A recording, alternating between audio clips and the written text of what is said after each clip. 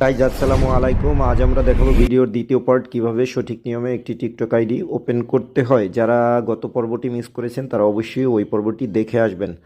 প্রথমেই আমরা এডিট প্রোফাইলে ক্লিক করে চলে যাব। এরকম একটি ইন্টারফেস শো করবে। এখান থেকে আমরা সুন্দর একটি নাম সিলেক্ট করে দিব। তারপরে ইউজার নেম, সুন্দর মতো একটি ইউজার নেম দিব। ওরা দেখবেন বারবার কারেকশন চাইবে। যতক্ষণ না পর্যন্ত সবুজ মার্ক আসবে ততক্ষণ পর্যন্ত আপনাকে কারেকশন করতে হবে। ইউজার নেম দেওয়ার পরে সেভ বাটনে ক্লিক করে সামনের দিকে এগিয়ে যাব। এরপরে আমরা বায়োতে ক্লিক করে কয়েকটি লাইন সুন্দর করে লিখে দিব। তারপরে লিঙ্কে ক্লিক করে যে কোনো একটি লিঙ্ক, ইউটিউব অথবা ইনস্টাগ্রাম কানেক্ট করে দিব। এরপরে চলে আসবে সবচেয়ে গুরুত্বপূর্ণ বিষয়, যেটি হচ্ছে প্রোফাইল পিকচার।